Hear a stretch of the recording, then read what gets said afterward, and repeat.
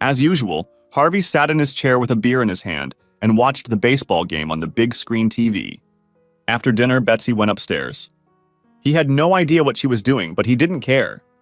As far as he knew, it was just another evening at home. Just before 7, however, the doorbell rang. No sooner had Harvey gotten up than Betsy called out from upstairs, "Harvey, please open up!" Of course, I was going to do it anyway. He walked to the door and opened it to see a well-dressed man who was unfamiliar to him. "Yes, can I help you?" "I hope you're not selling anything?" "No, I'm here to pick up Betsy." "For what?" "We're on a date." Harvey's eyes bulged. "You and my wife Betsy are on a date?" "Yes." Harvey froze for a moment, trying to figure out what to do. "I'll call her." He walked to the foot of the stairs and shouted upstairs, "Betsy, your cavaltour is here." Did he expect her to ask what date? Or, it's not really a date. Instead, she said, "Tell him I'll be right there." Harvey just stood there wondering what was going on. When she walked into the living room, she was wearing a short evening dress showing off a large cleavage and lots of makeup on her face. Harvey asked, "Betsy, tell me what the hell is going on?" "I'm going on a date." "Married women don't go on dates with anyone but their husband." I'm sick of spending my evenings drinking beer and watching curling or some other exciting sport. The most I want you to do is burp or fart. And you don't even apologize when you do it. When was the last time we did something exciting? If you can't give me any attention or the occasional chance to have fun, I'll find someone who can. She jabbed her index finger at his chest for emphasis. "Don't wait for me. If I'm lucky, I might not be back until morning." She left, slamming the door behind her. Betsy got into the waiting car and told the driver to get moving. As soon as he pulled away from the house, he stopped and they both started laughing. Betsy said, "I wish I had a picture of his facial expression. It was priceless. If that doesn't make him go from a sloth to a normal person, I don't know what will." "Don't you think it might make him angry and make things worse?" "I doubt it. He'll probably just sit there wondering what happened. I'll be back before he gets too upset. I don't think he'll be so quick to divorce, but I'm willing to take the risk. I probably shouldn't have added the part about not being home until tomorrow. It's too late now. With the way our marriage is shaping up, I think I'd rather get divorced than keep this up. Damn him. I love that idiot to death, but I wish he cared more about me and us. Well, go around the block. We'll come back and I'll see how he's doing." After driving around the block, Betsy and her beau pulled into the driveway and parked. Harvey didn't run out into the street as Betsy had hoped. She entered the house and didn't see him in the living room, although the TV was on. She took a quick look around the first floor and went upstairs. He wasn't there. Then she called his cell phone when she heard the ringing. Betsy ran over and saw his cell phone on the nightstand. Next to it lay his wedding ring. She quickly looked around the room. Several of his personal items were missing. Shit. Betsy ran downstairs to tell her friend what had happened and to see if Harvey's car was in the garage. It was gone. The man asked, "Where do you think he was?" "He probably went to a bar to get drunk. Worst case scenario, he might even spend the night in a motel. I imagine he's sulking like a little kid.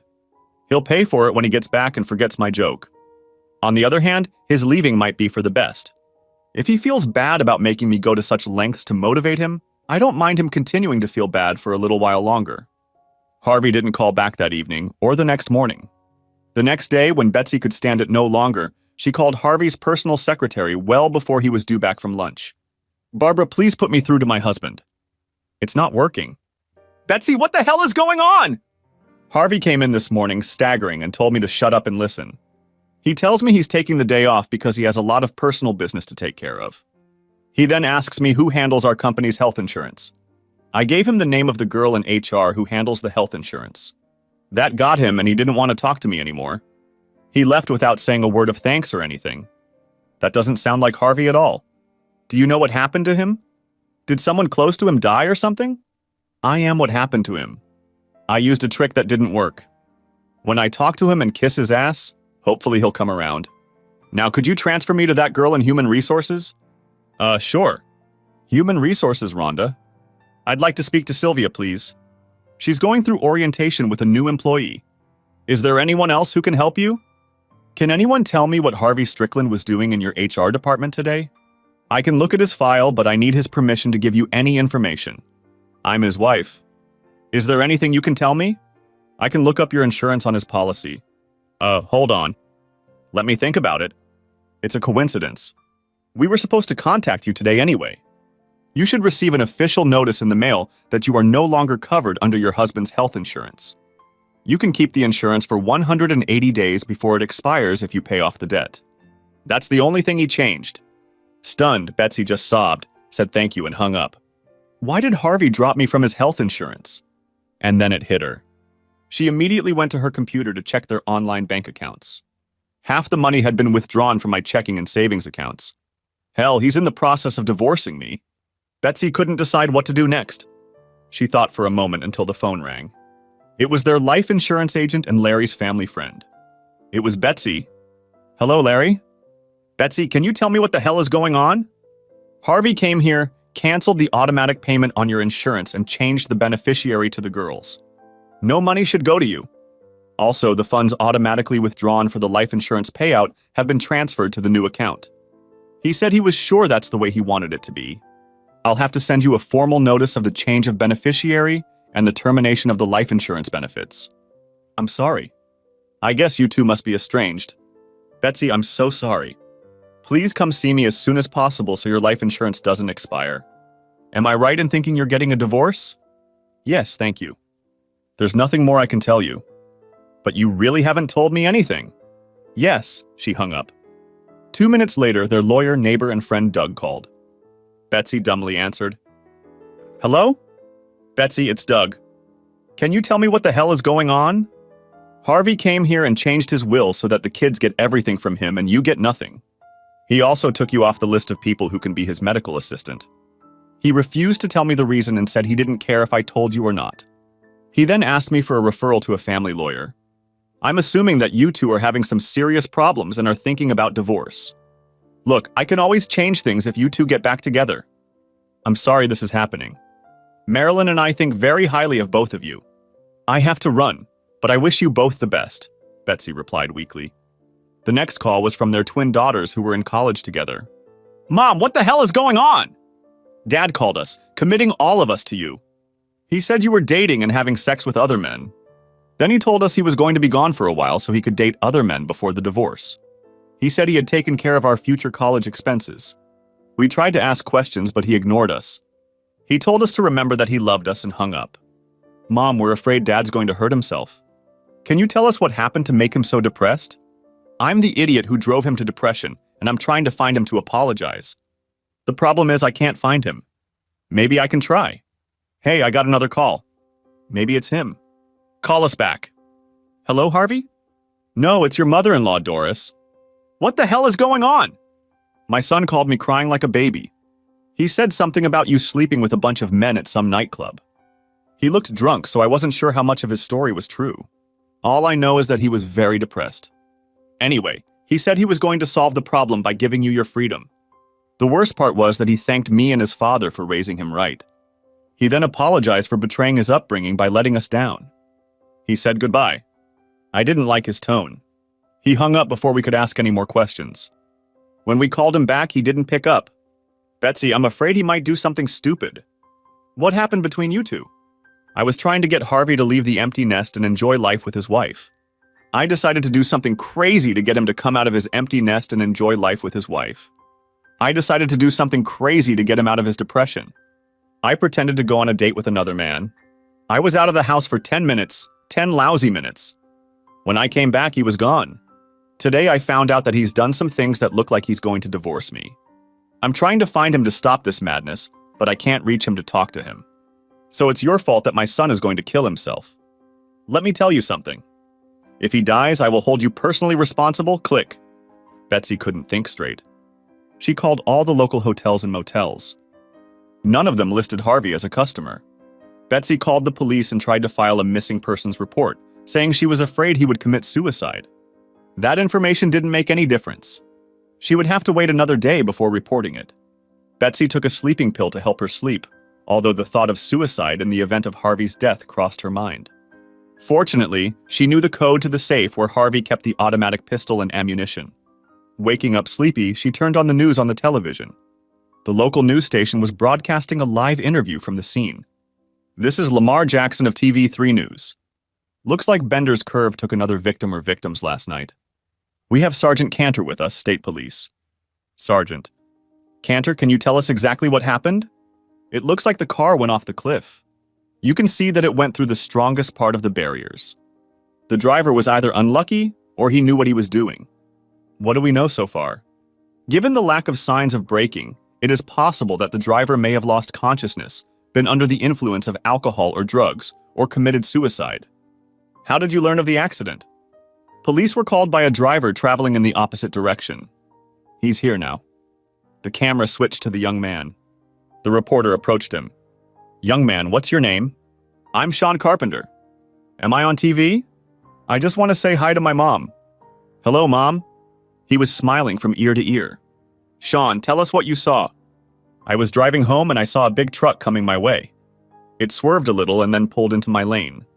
I hit the brakes and all of a sudden it swerved to the right really fast, hit the guardrail, and went off the cliff. Can you describe the truck? Sure, it was a red Ford F-150, probably a 19. It had a Western Kentucky Mountain Man sticker on the rear window. Did you see who was driving? No, the truck had its headlights on, and I only caught a glimpse of the man behind the wheel. He looked like a man. I don't think there were any passengers, that's all I know. Thank you, Sergeant. Cantor, did you call for help to find the truck that crashed into the guardrail? We don't know exactly what hit the fence. We're assuming it was a truck, according to Mr. Carpenter. It's impossible to see what it is from here. We have a search and rescue team in the mountains, but they are currently conducting search and rescue efforts in another part of the state. I don't know when they'll be able to get down there and check it out. But what if someone out there is still alive and needs medical attention? Then you would be witnessing a real miracle. No normal person could survive a fall like that on those rocks. I would not risk the lives of those who are not qualified to go on an expedition just to find out. All we have to do is wait for the mountain rescuers. Bets didn't have to wait to guess what had happened and who had died. She started crying as soon as they said, a red Ford F-150 with a WKU Hilltopper sticker. She paid no attention to the ringing phone. She had been sobbing alone for the third hour when the twins showed up.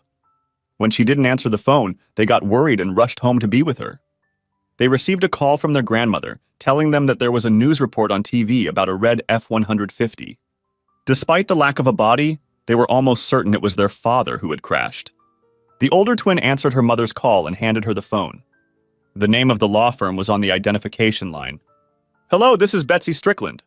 She almost couldn't pronounce the last name because she was choking. Mrs. Strickland, my name is Chris Andrews. I'm an attorney in the same office where your friend Doug works. Your husband hired me to represent him in his divorce proceedings. I probably shouldn't have called you, but Doug talked me into it. I was contacted by the Riverton Police Department in Caldwell County.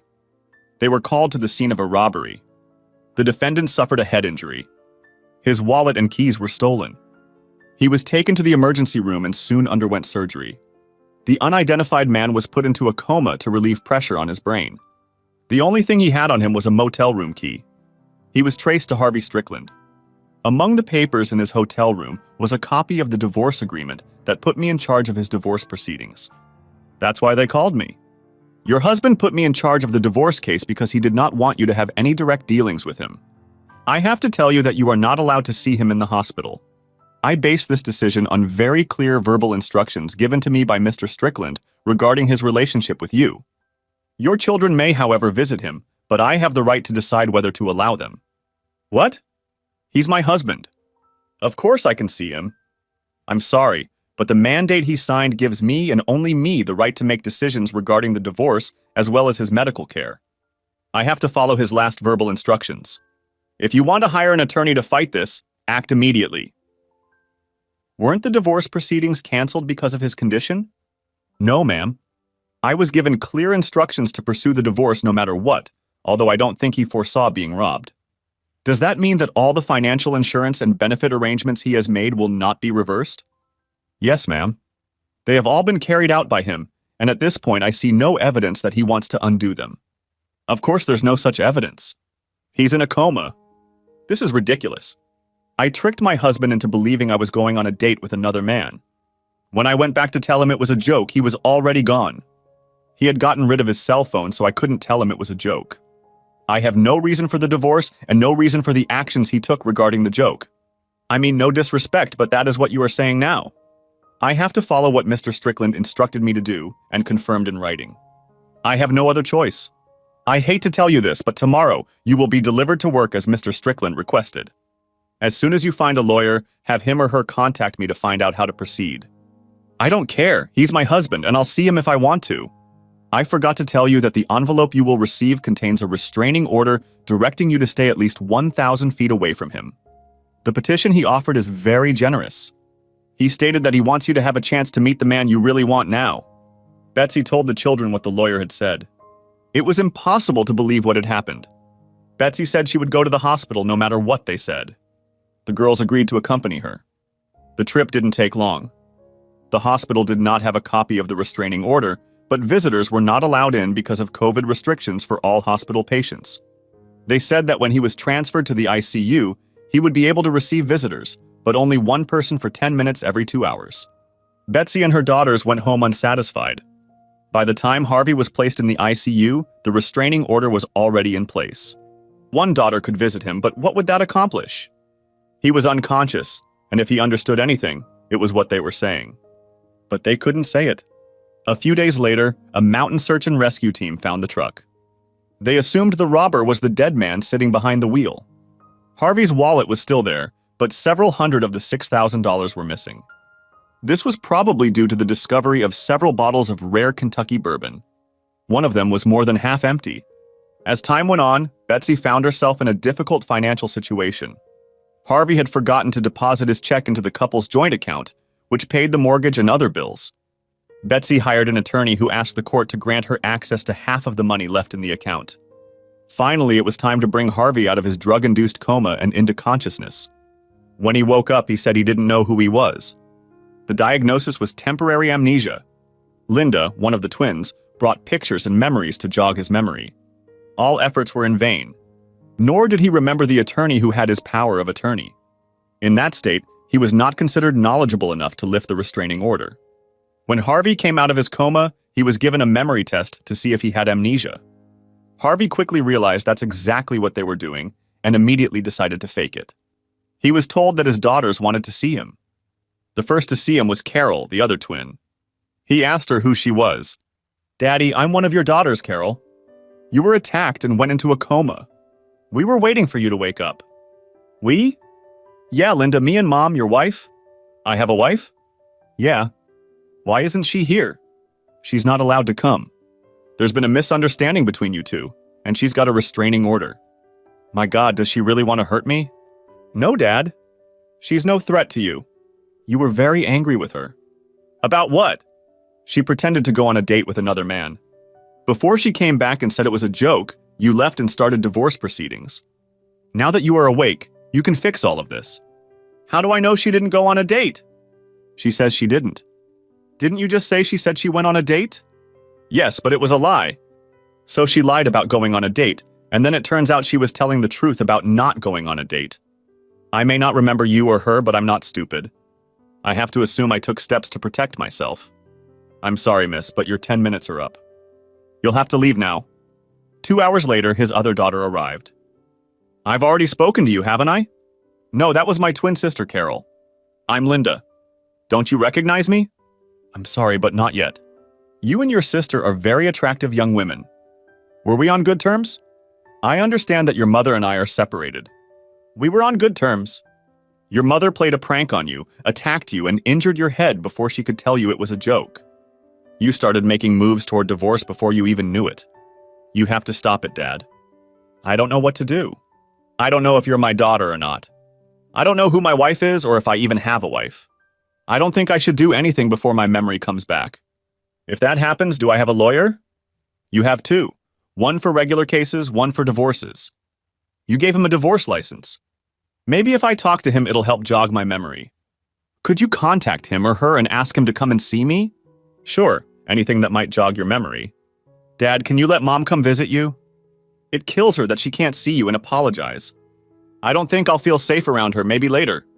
"Mr. Strickland, I'm Chris Andrews, your family lawyer. Do you remember me? Is everything we're talking about confidential?" "Mr. Strickland, I'm Chris Andrews, your family lawyer. Do you remember me? Is everything we're talking about confidential?" "Absolutely." "Good, I don't have any amnesia." I'm trying to figure out what to do about my divorce. All I remember is asking you to give her more so she could move on without me. That's right. She's been sued and given an attorney. You want to terminate the contract and stop the divorce? No and no. Can you investigate her alleged lack of visitation and let me know what you find? I can hire someone on your behalf if you let me. Do that. Harvey continued to pretend he had amnesia and kept talking to his daughters, ignoring their requests to see their mother and stop the divorce. He waited for a report from his attorney. The report came a few days later. According to private investigators, there was not enough evidence to prove whether or not she went on a date.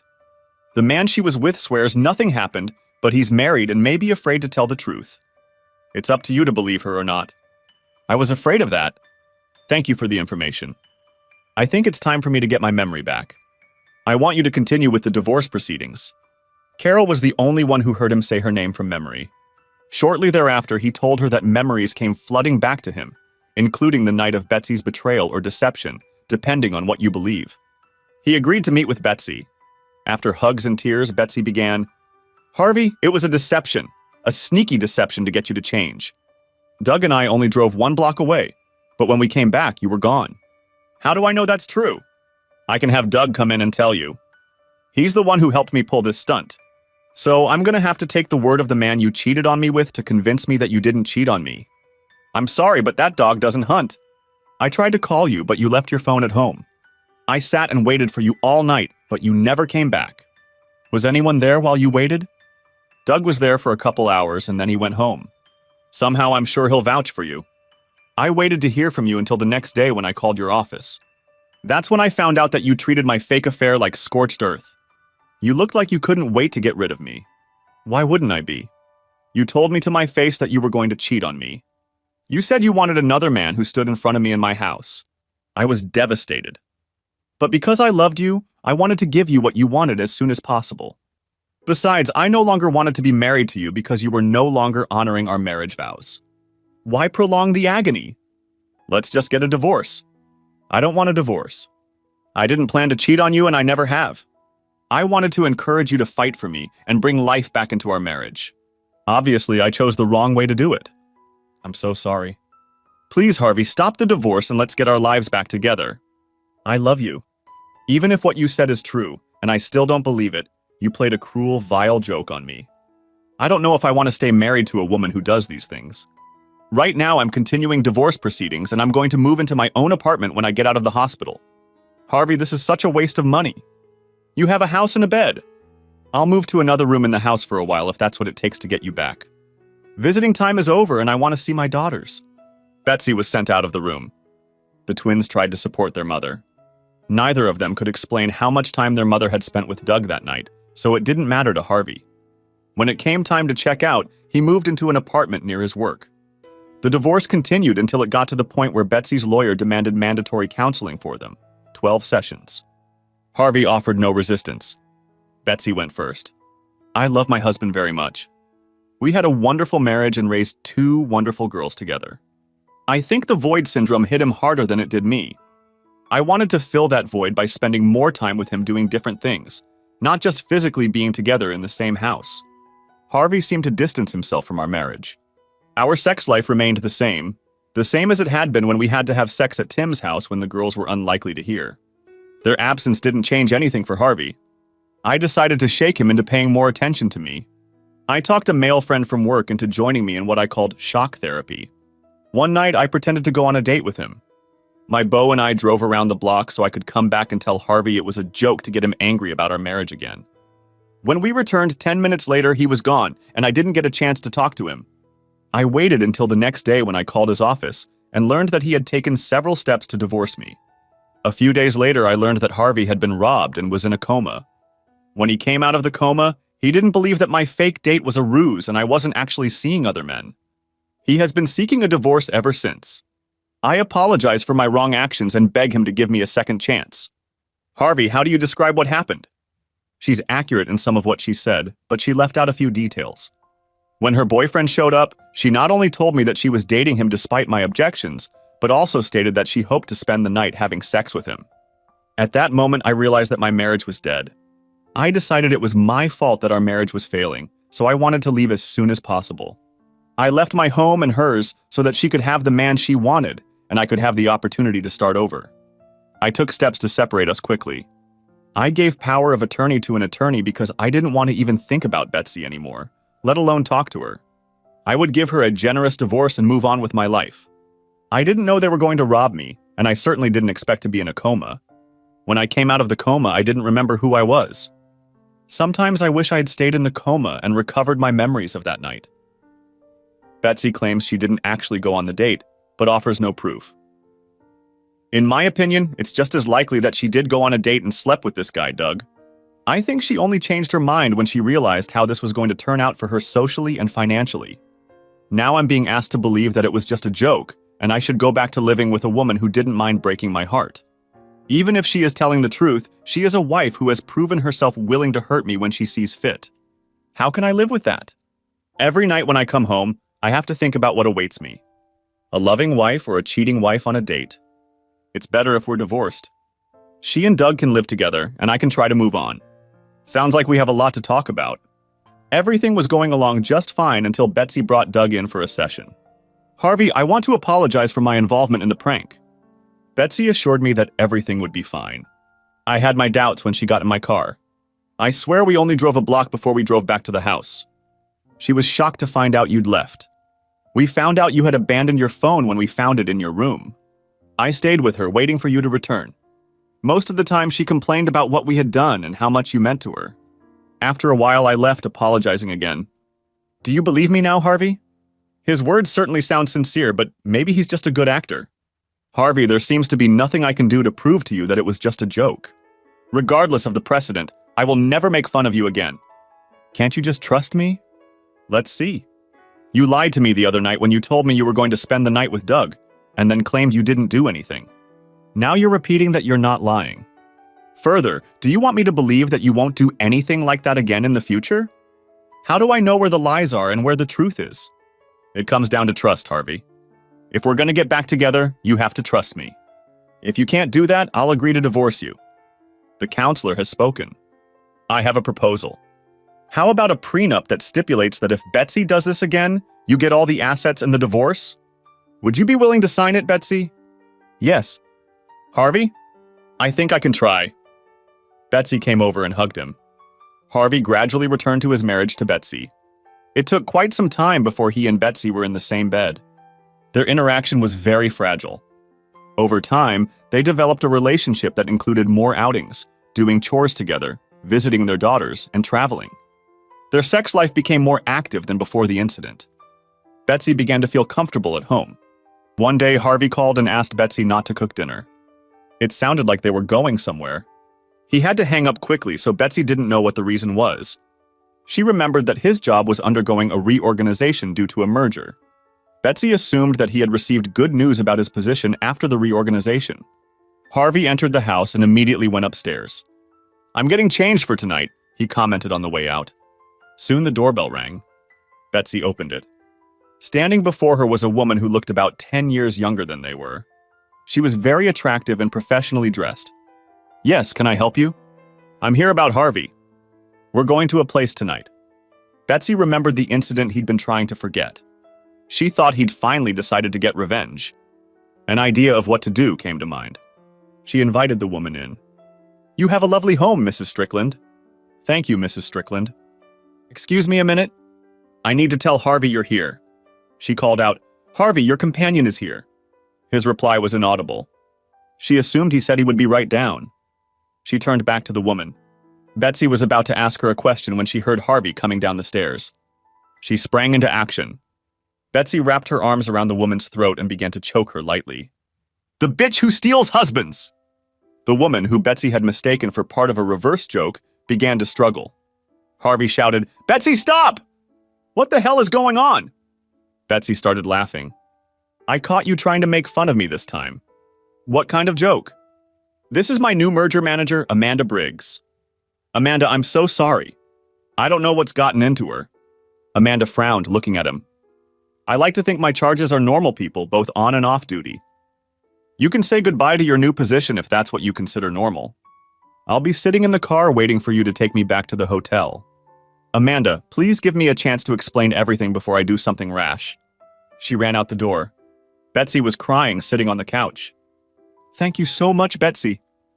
Just when I thought our marriage was getting better, you ruin our marriage and my job. That's it. I'm leaving to try to save my job. I'm not coming back and saving my marriage. He headed for the car. Betsy ran upstairs and fell on the bed, sobbing. What the hell is going on? What have I done? What the hell is going on? What have I done?